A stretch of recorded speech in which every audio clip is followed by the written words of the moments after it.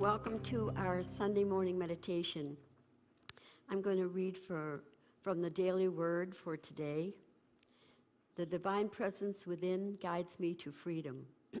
At times I may feel hemmed in by circumstances, limited by lack of opportunity, or faced with an unwelcome situation and no good choice. When that happens, I may feel anything but free.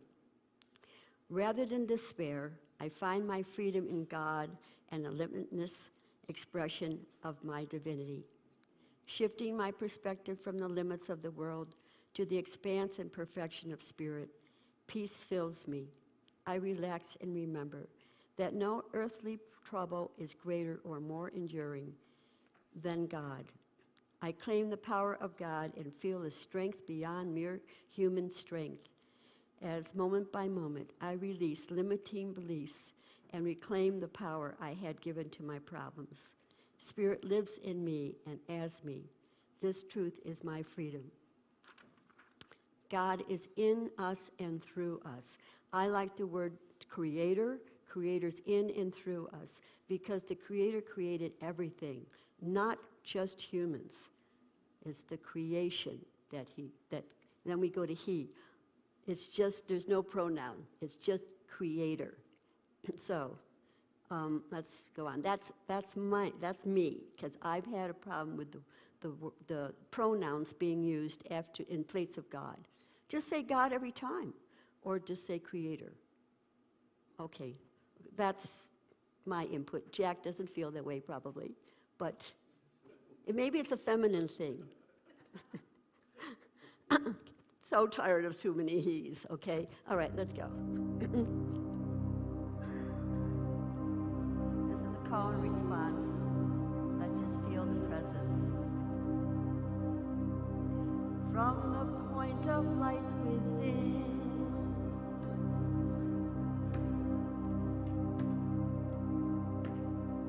within the mind of God,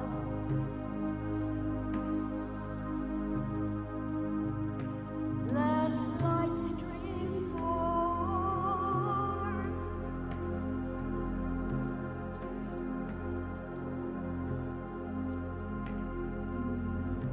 to the minds of all.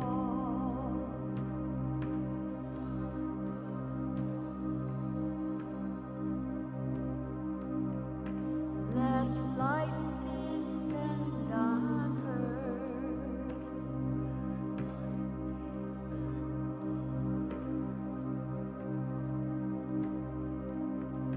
From the point of love within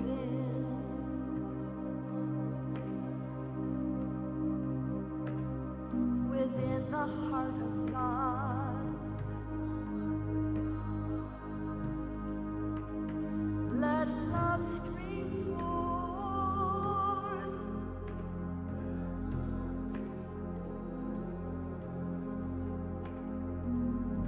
to the hearts of all.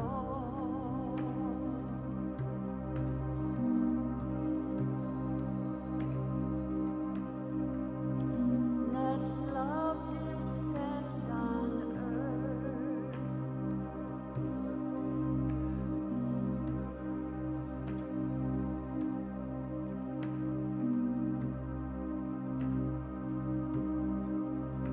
From the center where the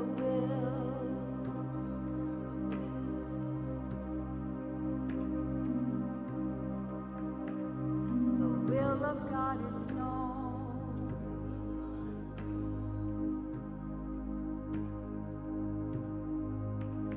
Let purpose guide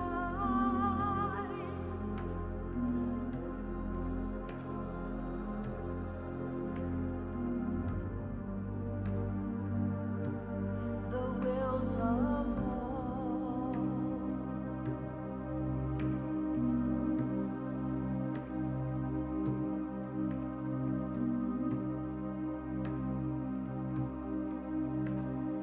Purpose of the masters know and serve.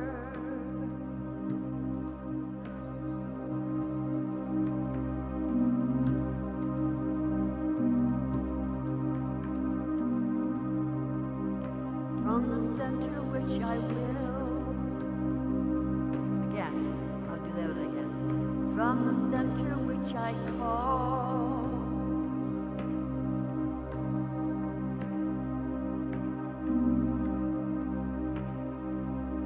From the center which I call.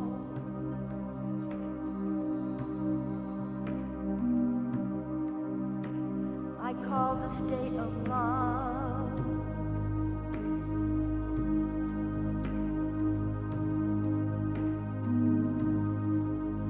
Let the plan of love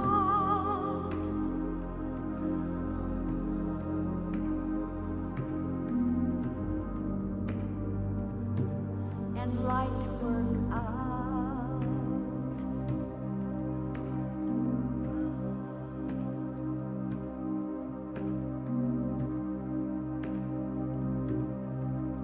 Let the plan of love and light work out.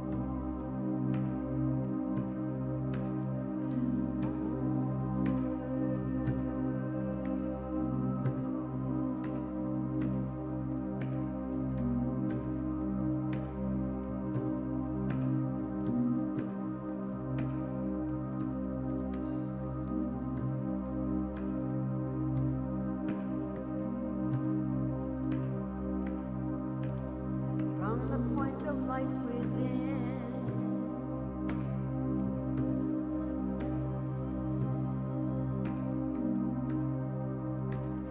within the mind of God,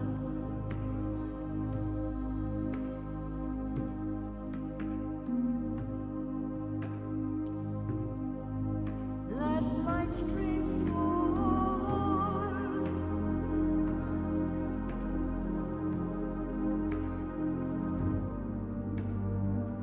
To the minds of all,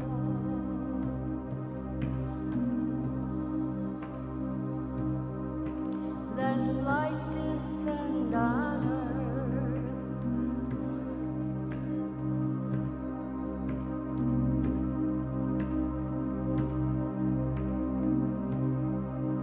From the center where the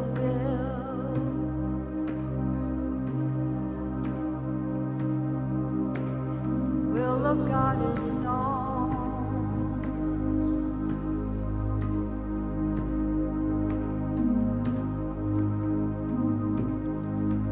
Let purpose guide.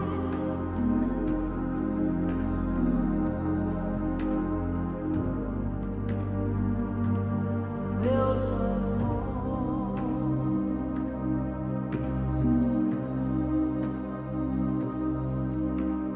Purpose that the masters know and serve.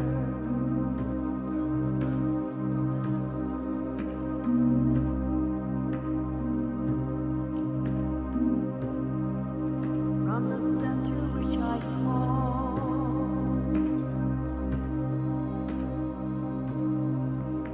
I call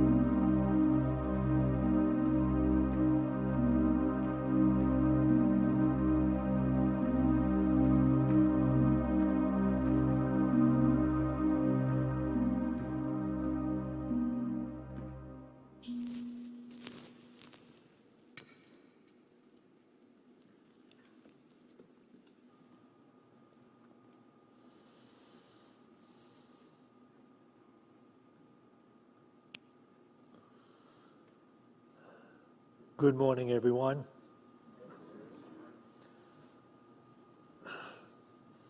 Alan Watts, the late Alan Watts, a great spiritual teacher, tells a story sometimes about a time when he was in England, and Wiltshire, England, and he was just strolling around taking a walk, and he decided he wanted to go to Brighton, where he had been before. Brighton is like a resort area there. So he stopped to ask a guy on the street, how do you get to Brighton from here? And the guy said, oh, you can't get to Brighton from here. And Watts chuckled to himself. He was asking directions, but the thought that you can't get there from here under any circumstances means you've entered some kind of time warp. Obviously, the man was confused, and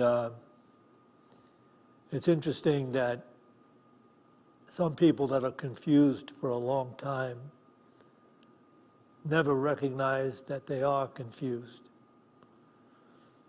And if you look at the truth of our situation in the world, it will become evident that people living in the outer directed orientation of life, being strictly a physical affair, are living in a state of confusion. And they may live out entire lifetimes in that state of confusion. They will keep attempting to make life work and failing at it, not finding satisfaction, fulfillment, or happiness. They will still plod along because that's the accepted paradigm. In other words, the accepted paradigm that we are born into, raised, and educated in has it that the world is strictly a physical affair. You are a separate physical body-mind in a world of separate physical phenomena that you have to somehow or other find the means to control to a certain degree, if you can, to get that phenomena, those conditions and circumstances, to meet your desires, your personal desires. But it is a state of confusion. In that flawed state of awareness, one's quest for personal freedom, happiness, and fulfillment cannot end satisfactorily.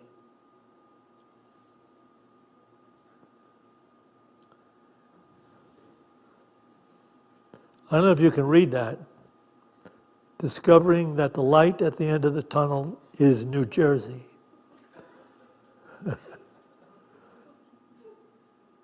It's really kind of a put down of New Jersey, which is, by the way, my hometown, my home state.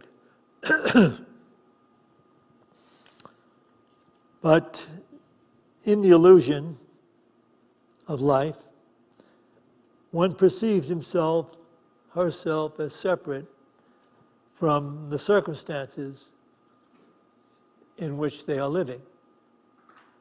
Now you know this is true because you grew up with this, unless you had enlightened parents. Now here's the beginning difficult step on the journey.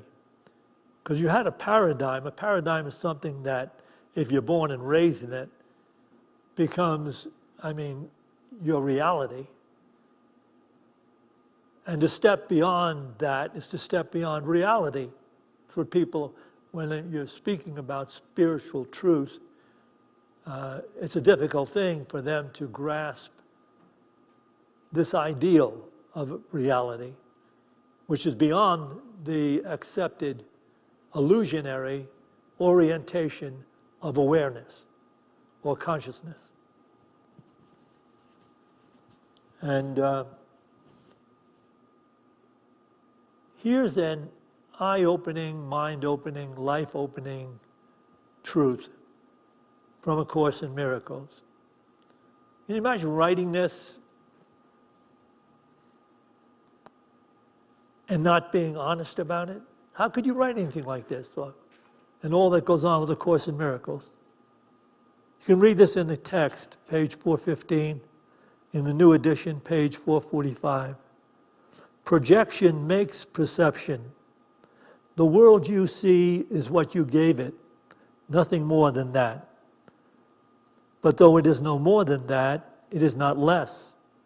Therefore, to you it is important. It is the witness to your state of mind, the outside picture of an inward condition. As a man thinketh, so does he perceive. That's a quote from Proverbs. Therefore, seek not to change the world, but choose to change your mind about the world.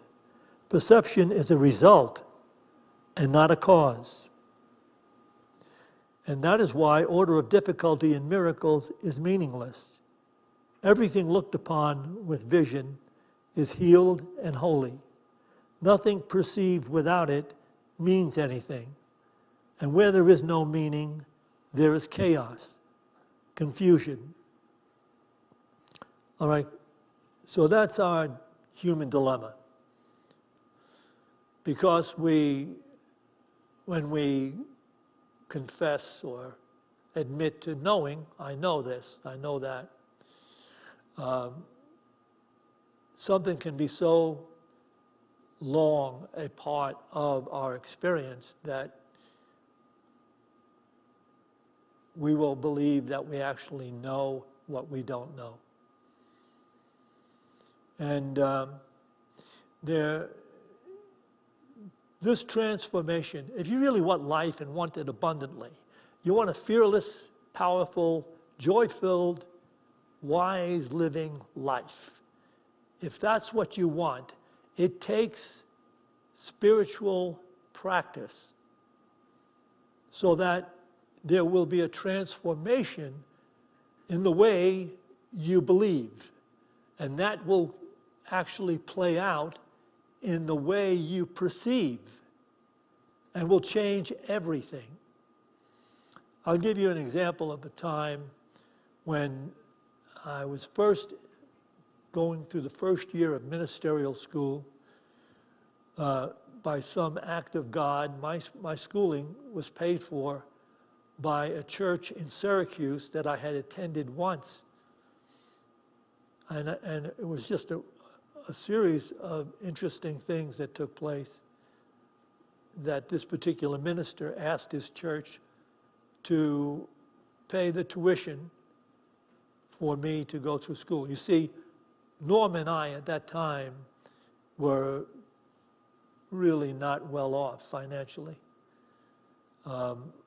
We had taken a job in a low-income housing project where I worked as a janitor and a maintenance guy right after I got out of school for about 6 hours. So I'd go to school from about 8 in the morning until 12 in the afternoon, grab a quick lunch and go to work. And it was really a grueling pace to be living at. But in that first year in ministerial school, toward the end of that year, you have a chance to be thrown out. You give a talk before the entire faculty and student body, and they have a sheet of paper of things that they will be checking off as to your presentation on that talk. And you have accepted, even going in when you apply to go into school, you have accepted to be released from the program if, in fact, you don't come up to what the faculty and the student body had related in those sheets. You know, what was your presentation like? Were you positively, had a positive attitude? What were your emotions? Were your emotions fitting with what you were saying? Goes on, how was your English? Was the English excellent or wasn't it? And so have all that stuff that you have to be concerned about. In the time that I was getting ready to give that talk, and you're getting ready like your whole time in school, you've almost done a year in school, and we didn't have a lot of money. I actually owned only a single blazer, a blue blazer jacket, and I didn't have a suit to wear before this, incredible congregation of people that I'll be speaking to. Well, Norma decided to make me a suit. And my mother sent her this wool, or from, I don't know if it's wool or flannel. I don't even know if it was anything that was derived from this planet. Because she was measuring me for this suit, and she had this book on how to make a suit open, measuring me all the time, all the way up to, and I tried it on a couple days before and then the day before, and I'm telling you, it was a total disaster. She had done everything to try to get this suit to be pressed. She didn't have shoulder pads in it. I didn't say anything to her. I didn't want to hurt her feelings. She worked so hard on this suit. And not only that, she was painting apartments as part of to pay our rent in that low-income housing project. We only got our apartment plus $300 a month.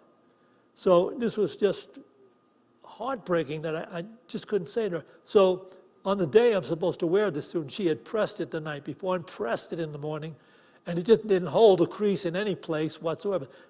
The legs looked like stovepipes. The entire suit hung on me as though I slept out in a torrential rainstorm, and the suit was drying on me. I was just thinking to myself, this is going to be the end of me in school.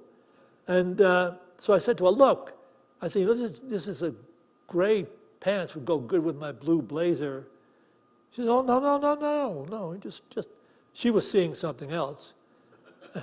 So I was going to have to wear the suit to do this talk that morning, and I had just got finished reading Psychic Discoveries Behind the Iron Curtain, which was a very interesting book at the time that was available. And I had read that. And in the book, it tells about this particular gentleman who was interested in mind over matter and psychic conditions, decided that he was going to walk through the palace all the way into Lenin's place of existence, his desk, his office, by believing himself to be Lenin. And he did this. All the guards that you have to get past to do that, he did it. He was just wearing a suit, but he did it. He didn't look anything like Lenin, but he was mad. He held the thought of being Lenin so powerfully that everybody there, now this is in the book, you can read it yourself. Everybody there believed this was Lenin going to his office. And I thought, if he can do that, I can believe that this suit is exquisite, that I look amazing in the suit. I look like a movie star. And I held those thoughts as I went to give this talk on that morning. And when all the sheets were compiled and everything was said, there were some interesting comments, but there was no big problem, and not a mention of the suit or the clothing that I wore, that I didn't look dressed right for the occasion. And that was one of the keen insights into this whole idea of thoughts held in mind, produce after their kind in manifestation. That's a unity principle, but it goes deeper than thoughts. You have to get to down deep where you have, conditioned yourself to believe those thoughts in the subconscious. So that is what it's all about. Now, I'm going to show you another quote from A Course in Miracles. Just imagine you're sitting here, and you've got to ask yourself, when you see this, does it ring true to you, or is there a resistance to this idea? You can read this on page 483. Perception is a choice of what you want yourself to be, the world you want to live in, and the state in which you think your mind will be content and satisfied. It chooses where you think your safety lies. It chooses where you think your safety lies at your decision. It reveals yourself to you as you would have you be. And always is it faithful to your purpose, from which it never separates, nor gives the slightest witness unto anything the purpose in your mind upholdeth not. Perception is a part of what it is your purpose to behold, for means and end are never separate. And thus you learn what seems to have a life apart has none. In other words, and thus you learn that the world, which seems to have a life apart from you, has none. So in essence, we are always meeting our believing self, or who we believe ourselves to be, or have come to believe ourselves to be. And certainly people will say, oh yeah, you think I'm living this life because it's the life I want? No, it's not necessarily the life you want. It's the life you believe you are. And so if there's going to be a shift or change in the experiencing you're having, because the means and the end are the same. And that's why in the first quote it says, seek not to change the world, but change your mind about the world.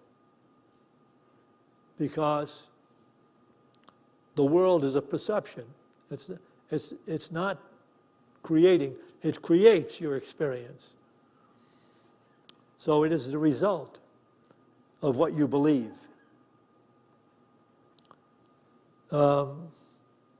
This is a hard idea, I said this in the beginning, to assimilate into one's consciousness.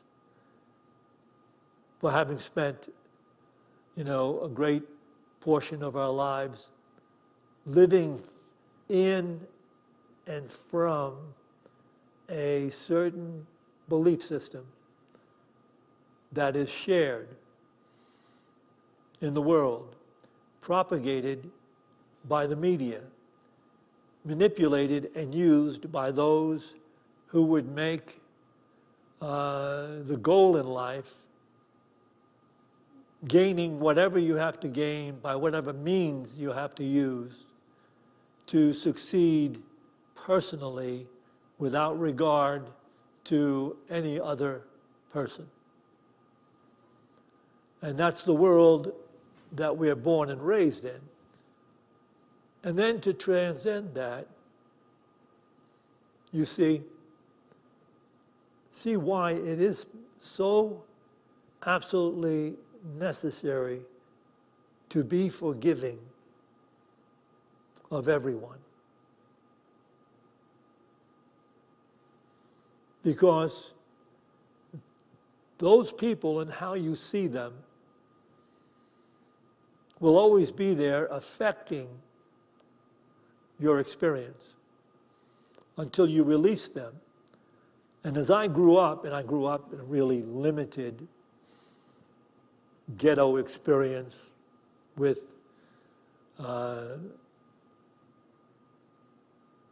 people that just didn't have a lot of keen awareness. But as I grew and went beyond and beyond and beyond, I can look back and see that it was my own thinking, and that people in that category of limitation disappeared from my life as I changed my mind, pursued things more positively, pursued, I was motivated to do things in a better, more meaningful, legal way. So it all changed and changed and changed. And even that first year in ministerial school, I was still struggling with the whole concept of consciousness prevails over all things. And so here's Guru JG to explain about ascended consciousness. To feel the ascension awareness, express the ascension attitudes of praise, gratitude, and compassion. Expressing these or any one of these silently or outwardly frees the mind from the illusion of duality, blame, and guilt. To feel the ascension awareness. You've all had experiences where you just feel good. And sometimes you're not even aware why you feel so good, or you're having a good day, or your energy is up, or anything. It means that your mind is in a good place at that particular time. The object then of our spiritual journey is to feel good and to be able to bring it into our experience over and over or continually. Feel good. And this is what it's about. To feel the ascension awareness, that is to be in the world, but no longer of it.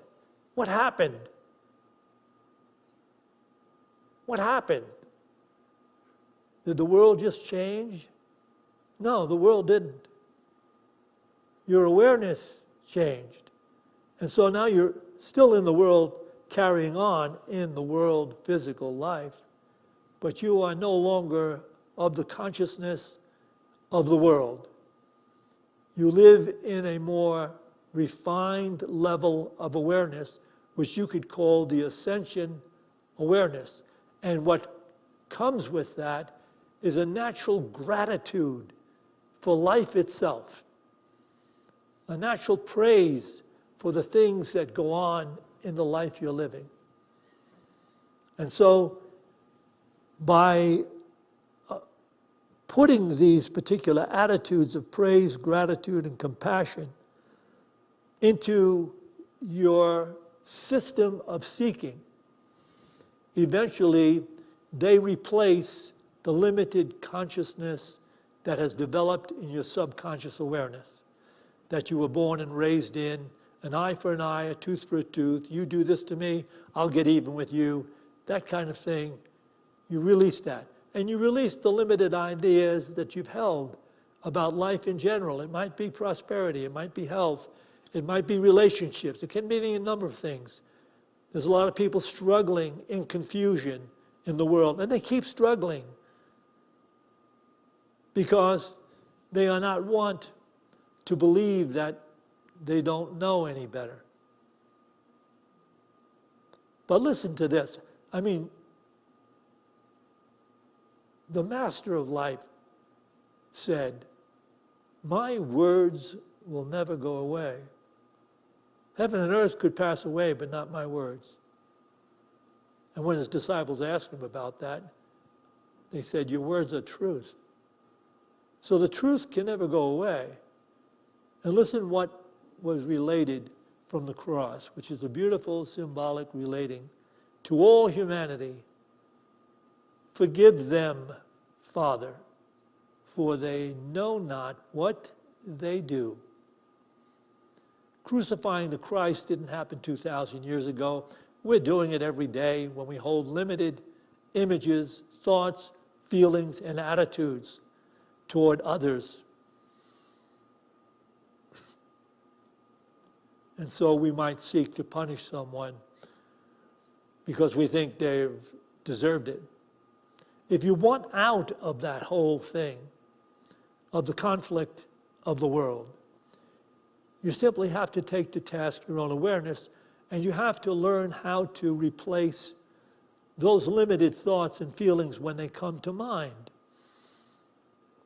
So can I have this next PowerPoint? I love this. This is a painting by Vladimir Kush. And I'm using this to relate the ascended consciousness, to be able to fly beyond the conditions and circumstances of the world. You know, it was said, and that Lao Tzu, the Chinese sage, could fly. But really, I think if you look at the teachings that came through his little book, you understand what it means. It means that you are living above the changing tides and limited circumstances of the world. It means you're in the ascended awareness. So that's our calling on the spiritual journey, to take to task our own awareness, carry this ideal of gratitude, praise, compassion. And when you recognize that your mind is out of touch with that, you pause. You take a holy pause. And you will discover the most amazing thing if you're courageous enough and willing enough and desiring enough to take that holy pause and just decide you would rather have true peace, mystical peace of mind, instead of this limited feeling of negativity and blame and confusion. And when you do that, you'll see how conditions and circumstances will already begin to change in relationship to your awareness. That's all the religion there is. There isn't any other religion. There are no saints left, no gurus in Tibet needed or necessary. There's no authority figures that have studied and studied and studied and have a theology that's going to work for you.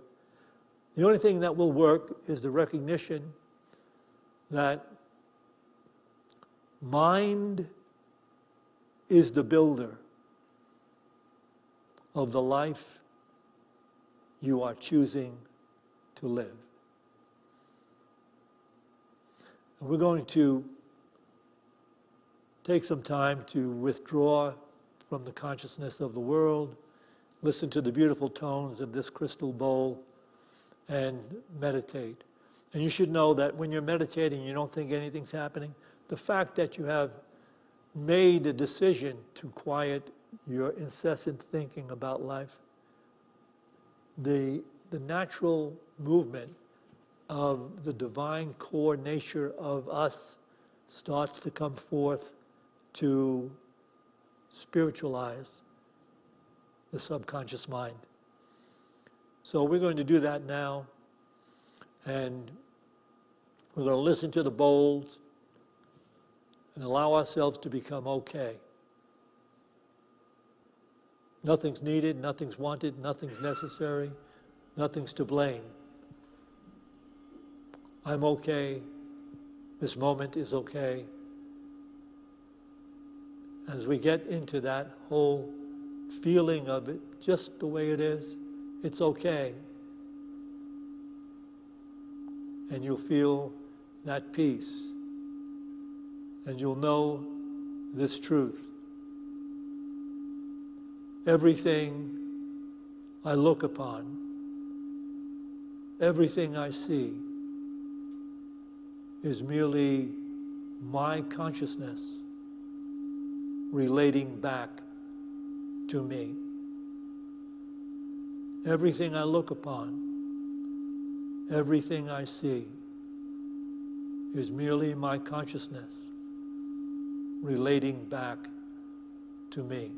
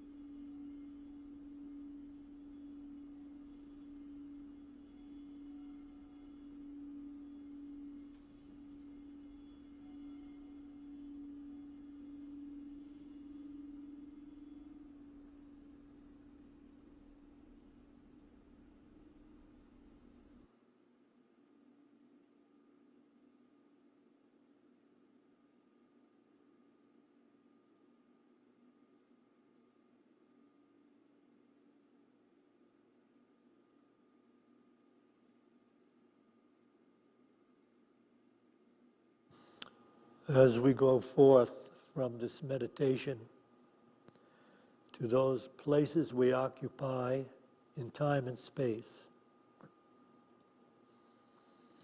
let us go forth with a greater determination to live the ascended awareness, to be aware of it so keenly as to pause whenever it leaves our presence. For this opportunity in every moment, we give thanks. To this we say, Amen.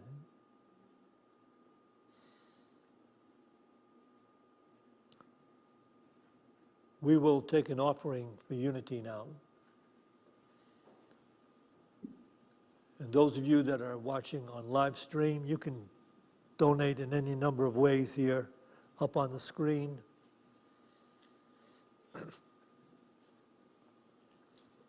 Again, I invite you to enter a state of grand faith. You can shake something off every day that is not part of the divine reality. You could shake off whatever concerns you may have about entering this sanctuary physically doing services. See how it feels to show up in the physical. As we bring to mind that financial gift we'd like to make to Unity of Boulder, let's bless this gift with this offering prayer. Divine love is my true life and my conscious destiny. Therefore, I give. Together, please. Divine love is my true life and my conscious destiny. Therefore, I give.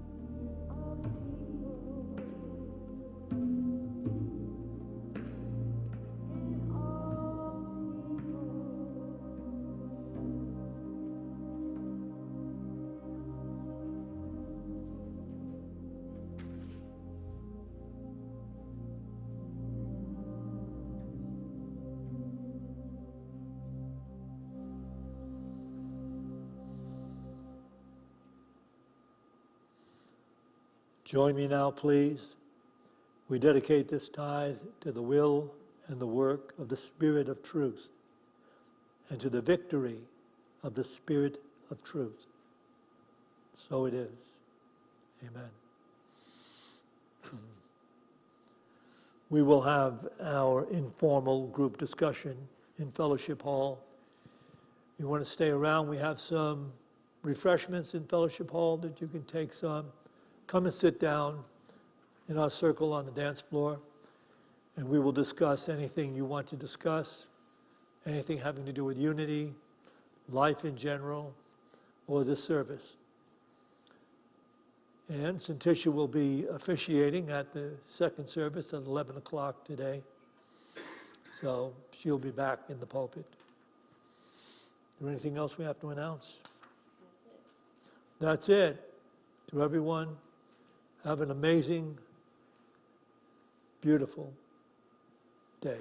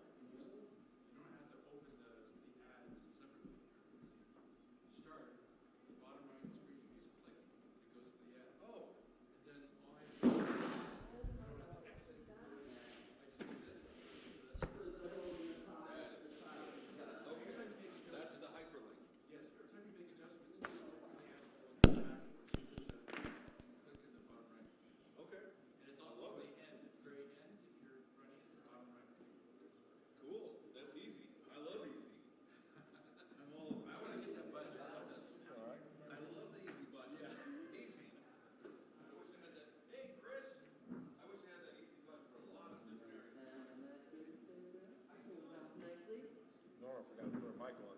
I noticed that, but what can you do? Nothing. Nothing. You just roll with it, bro. Yep. Turn up that mic a little or Yep. whatever. That's exactly what I did. I noticed that, dude. That was the only move you really had there, bro. Yeah. Big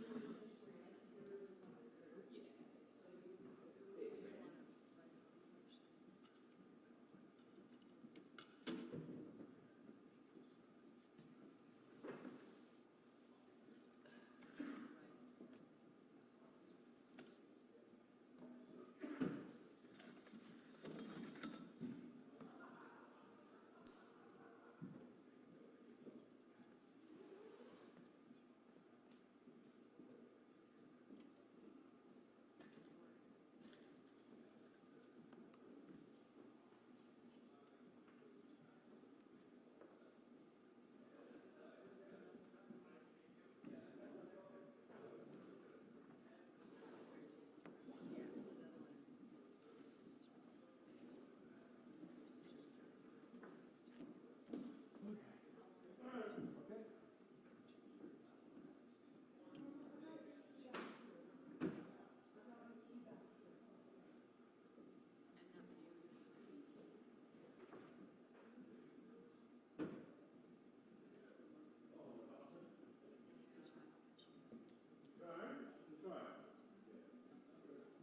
Okay.